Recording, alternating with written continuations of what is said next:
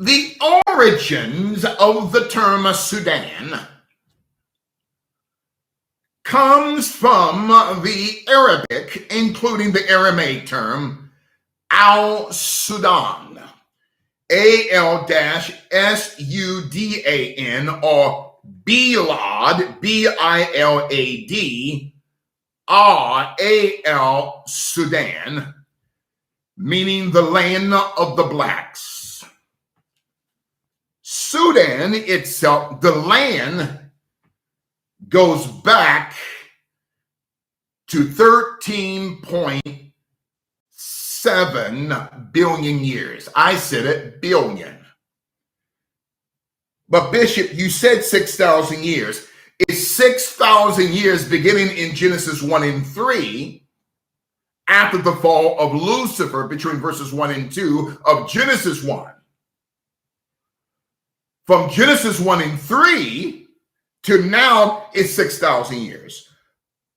Prior, 13.7 billion years, the landmass before Sudan was called Sudan was enacted, was in place, was intact.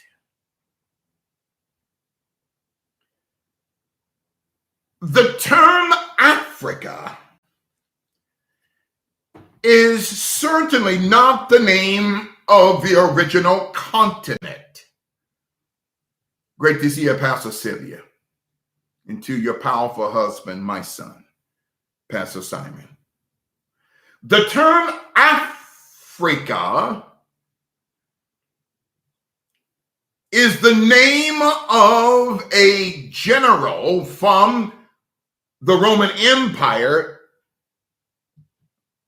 Leo Scipio Africanus, who during the Second Punic War in 227 BC defeated Hannibal in Carthage, which is present-day Libya and Tanzania, and changed the name of the continent from its original name, Alkebulah, which is a Coptic word meaning the Garden of Eden, and changed it from Alkebulah, the Garden of Eden, to Africanus, which is Africa today. Now, you're going to have some black people say, but the name Africanus was given to the family.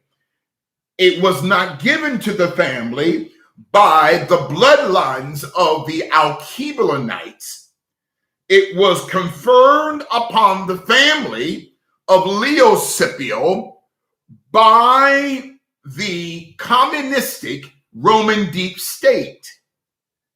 You got to remember, students, 90% of the names of African nations on the continent are named after some Greek, Roman, or Cyprian family who colonized it. Let's lay historical foundation.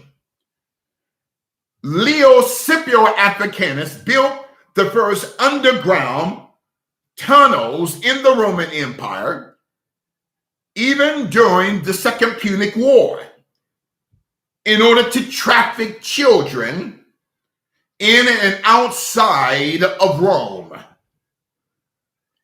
So why are black people, not just here in the Western Hemisphere, but all over the world, including second and third world countries, why are black people naming themselves after the name of their former slave master?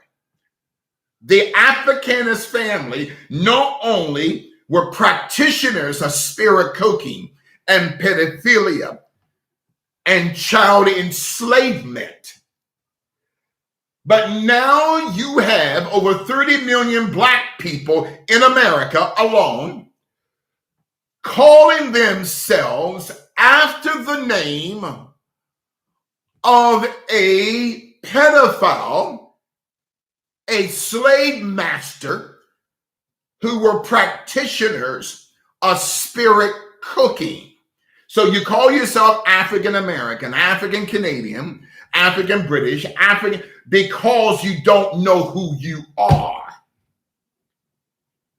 So the term Africa must then be removed from your vocabulary, because the term Africa actually means one who enslaves. It is a Romanist word, a Roman Latin prefix meaning one who enslaves. So when you say I'm African American, you're saying one who enslaves American, or one who enslaves Canadian, or one who enslaves British, or what, because you don't know who you are. My assignment tonight is not just to expose the CIA coup d'etat in Sudan, but to help the Black diaspora to become detached from these terms: Africa, dark, from the terms of kente cloth, because you don't know who you are. The global positioning of the CIA in the Sudan. Let's continue to lay foundation. The Sudan was colonized by Great Britain, including Egypt, beginning in the late 1890s. And we've been told a lie that Sudan gained its independence in 1955. But in actuality, Sudan is still colonized by the Western powers, split into two nations, Northern Sudan and Southern Sudan. It was a dual colonization government from 1899 to 1956, called the Anglo-Egyptian colonized government, Sudan. For the past 60 years, I hope and pray you're taking notes. For the past 60 years, North and Southern Sudan has experienced a coup d'etat, every 10 years. Wait a minute now. What colonization has done, it has destabilized Alkebulah nations on the continent and left political cancers throughout the nations of Alkebulah. No one may be asking themselves, Bishop, what is a coup d'etat? The term coup d'etat is a French term meaning an illegal overthrow of a democratic government. As a side point, the United States for America was never designed by God through the framers to become a democracy. Can I take my time here tonight? I said, can the bishop take his time? The United States for America was never designed by God through the framers to become a democracy. The acronym for democracy is the Greek term democ, D-E-M-O-C, which means a demon for the people, by the people, and of the people. Remember the children of Israel in 1st and 2nd Samuel, they wanted a democracy. They wanted a two-party system. Great to see you, Apostle Ty Kim and Apostle Carlotta Kim. So when Biden says we're going to spread democracy, what he's actually saying, we're going to spread enslavement through global terrorism. Wait a minute, the United States of America has become a terrorist state. Why? Because of our wicked foreign policies.